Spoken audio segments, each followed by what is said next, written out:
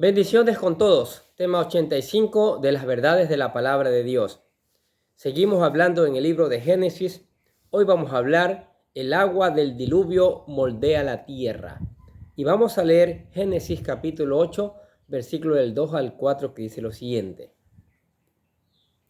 Y las fuentes del abismo y las ventanas de los cielos fueron cerradas, y la tormenta de los cielos fue detenida.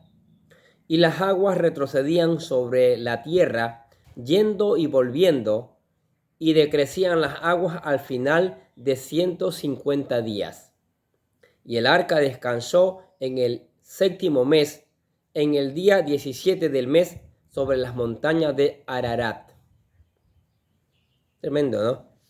Ahora, en el tema anterior vimos las similitudes de la creación con los pasajes de Génesis capítulo 8 y capítulo 9, demostrando que ambos eventos fueron planeados hasta el último detalle por el Creador y que todo está bajo su control. Ahora veremos cómo el Señor va a utilizar el agua para dar forma a los continentes, a la topografía de las montañas, a los valles y hasta las profundidades de los océanos, cuando el agua es drenada sobre los sedimentos que fueron depositados por las aguas de la gran profundidad.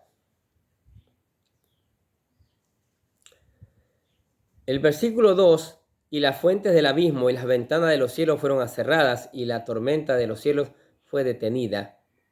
Este versículo nos demuestra cómo el Señor, quien envió el diluvio, es ahora quien también lo quita, describiendo su mandato para revertir. Génesis capítulo 7, versículos 11 y 12, cuando todas las fuentes del gran abismo estallaron y las ventanas del cielo fueron abiertas. Ahora, las escrituras nos revelan que las fuentes del gran abismo se redujeron a solo las fuentes del abismo. Y no se menciona que todas las fuentes fueron cerradas, por lo que algunas pudieron quedar abiertas para recibir agua del diluvio de regreso. El agua procede de las ventanas de los cielos, cayó a chorros durante los 40 días. Los otros 110 días, el agua que caía del cielo debió proceder de las aguas expulsadas por las fuentes del gran abismo, con tremenda fuerza y lanzadas a grandes alturas, y también probablemente de las primeras nubes que se formaron, por la gran condensación del agua del diluvio que saturaba la atmósfera.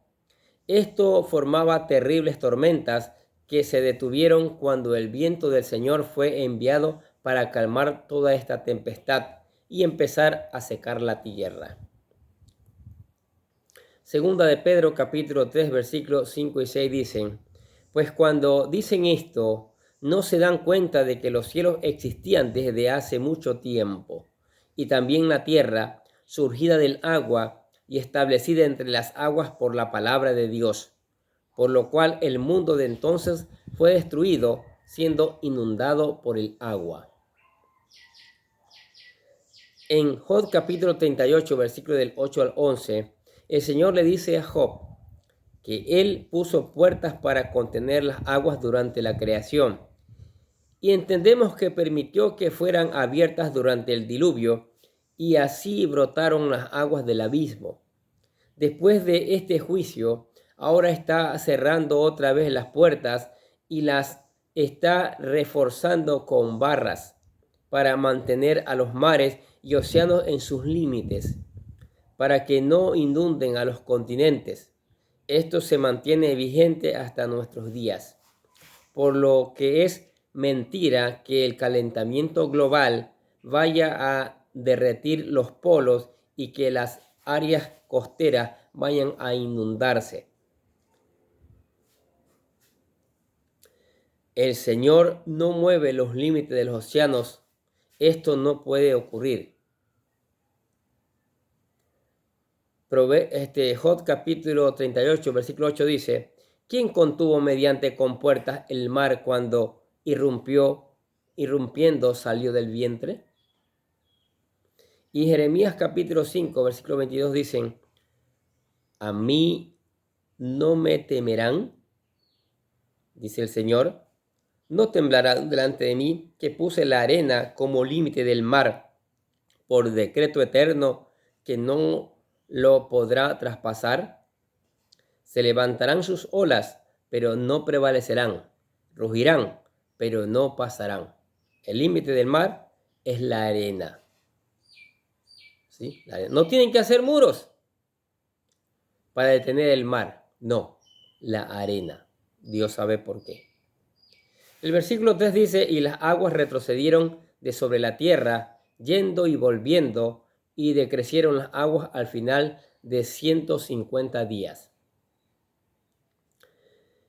En el mismo día que el Espíritu del Señor cerró las fuentes del abismo, debió haber iniciado el movimiento de las hidroplacas, causando que colisionaran y en cuestión de horas formaran los continentes y las montañas, quedando en las posiciones que conocemos en la actualidad.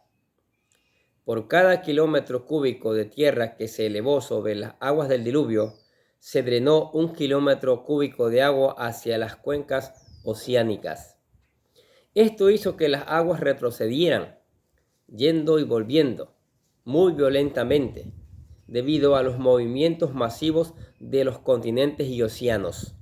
Por eso, el Señor colocó al arca fuera de este peligro al hacer que descansara sobre una de las recientemente formadas montañas del Ararat. El Salmo capítulo 104, versículo 8 y 9 dice, se levantaron los montes, se hundieron los valles, al lugar que tú estableciste para ellos. Pusiste un límite que no puede cruzar para que no vuelvan a cubrir la tierra. Recordemos que sobre las hidroplacas de granito se depositaron millones de toneladas de sedimentos durante 5 meses, los cuales estaban distribuidos en diferentes capas de lodo.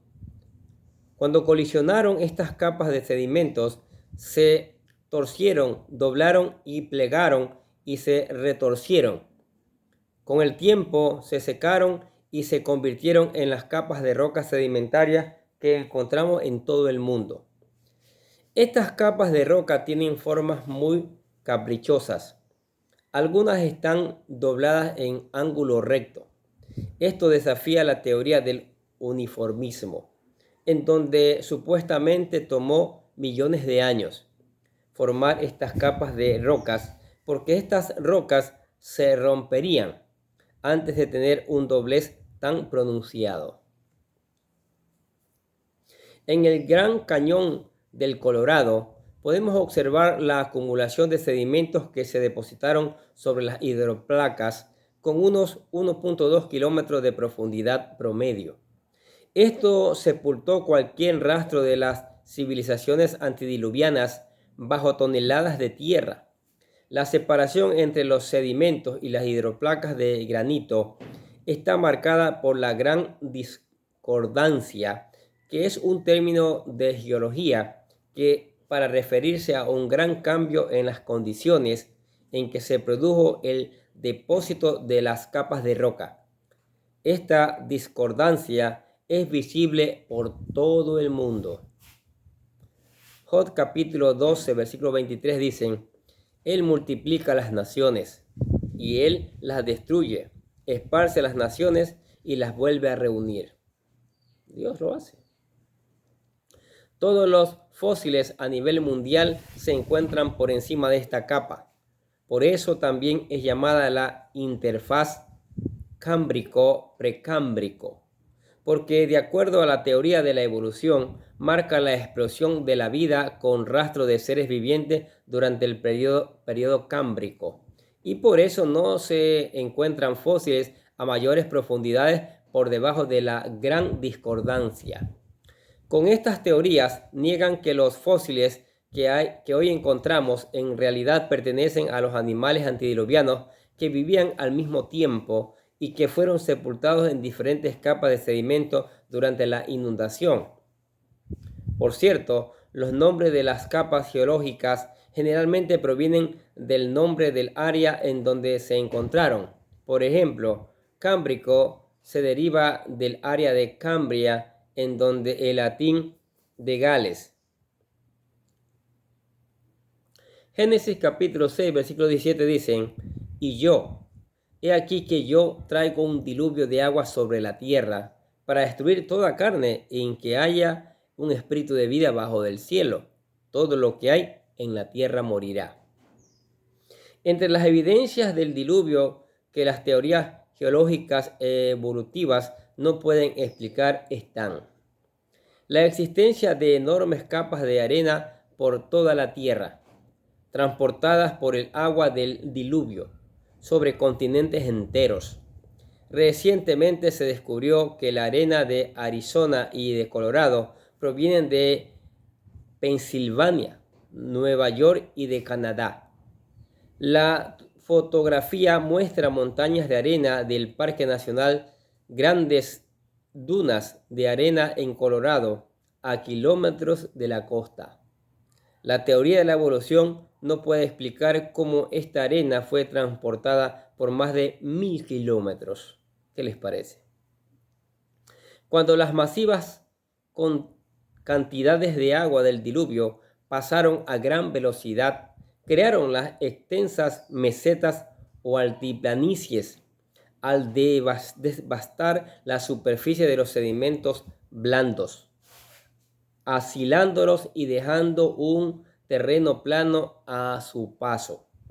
Las teorías geológicas lo llaman planación, por la máquina cepilladora de madera, en inglés planer, la cual desbasta y hace uniforme el grosor de la madera, e intentan explicar el origen de las mesetas diciendo que fueron creadas por fuerzas tectónicas, por la erosión del terreno circundante, o admiten que emergieron de una meseta submarina.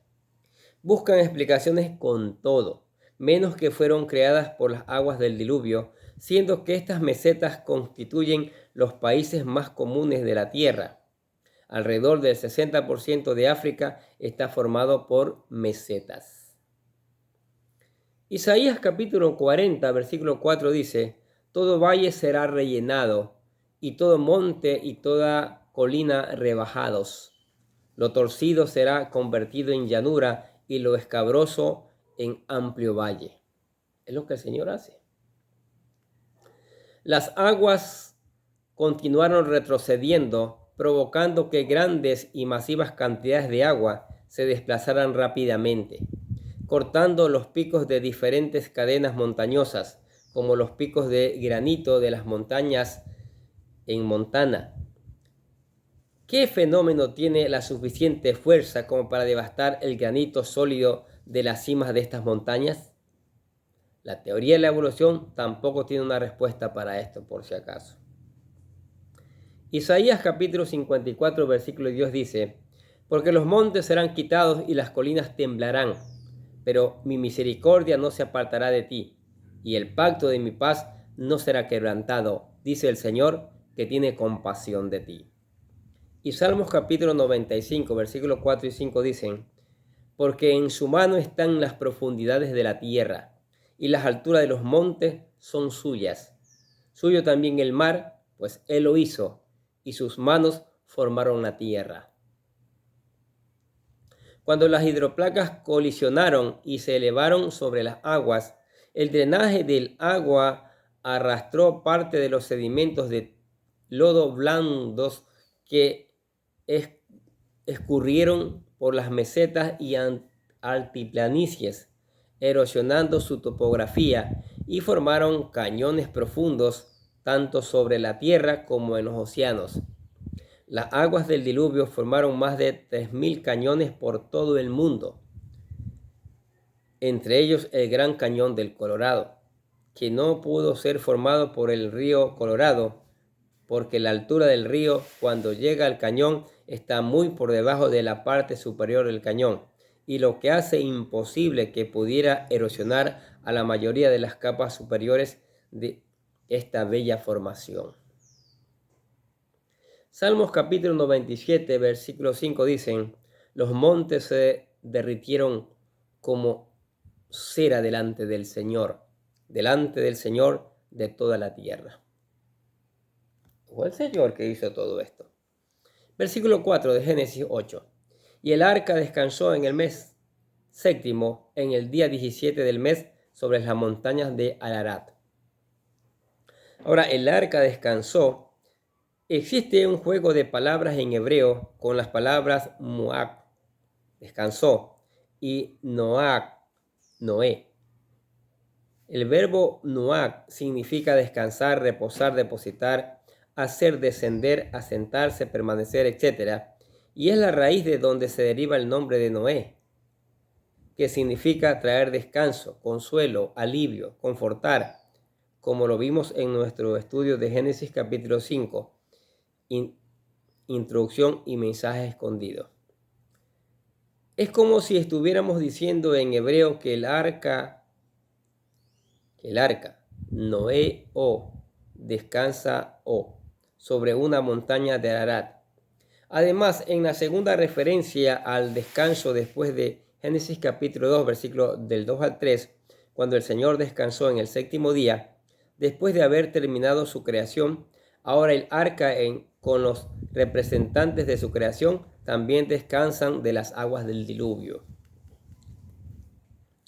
El Salmo capítulo 46, versículo del 1 al 3 dicen: Dios es nuestro refugio y fortaleza, nuestro pronto auxilio en las tribulaciones.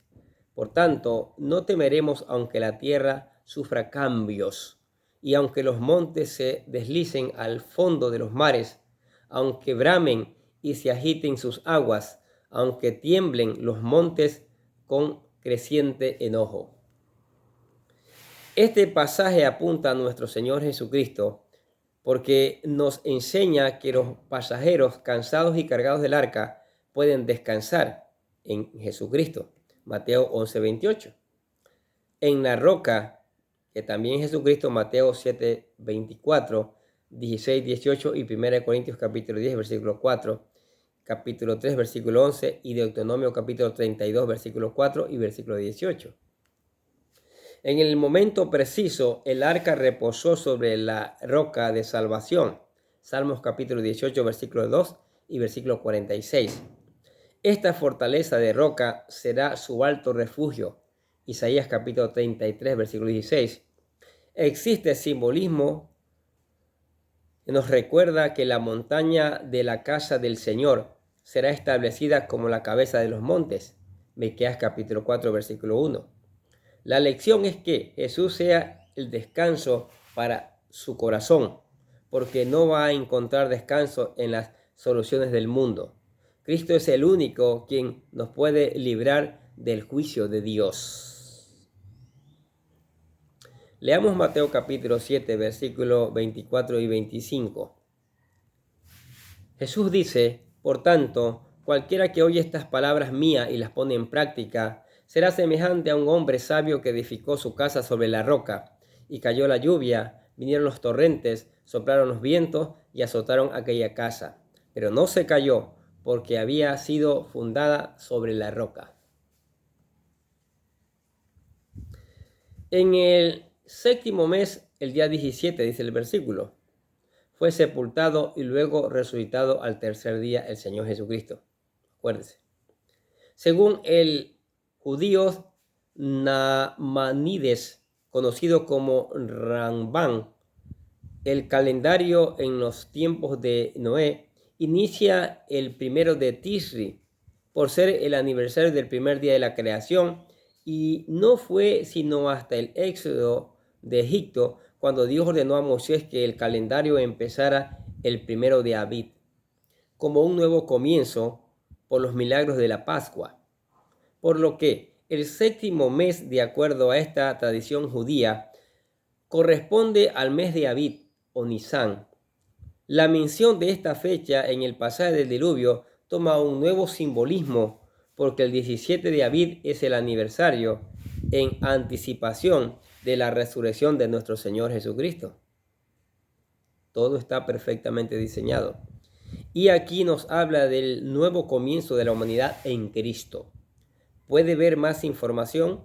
¿Sí? donde vimos Génesis 7:11, el diluvio comienza, primera parte. Leamos 1 Corintios 15:4 lo que dice. Y que fue sepultado y que resucitó al tercer día conforme a las Escrituras.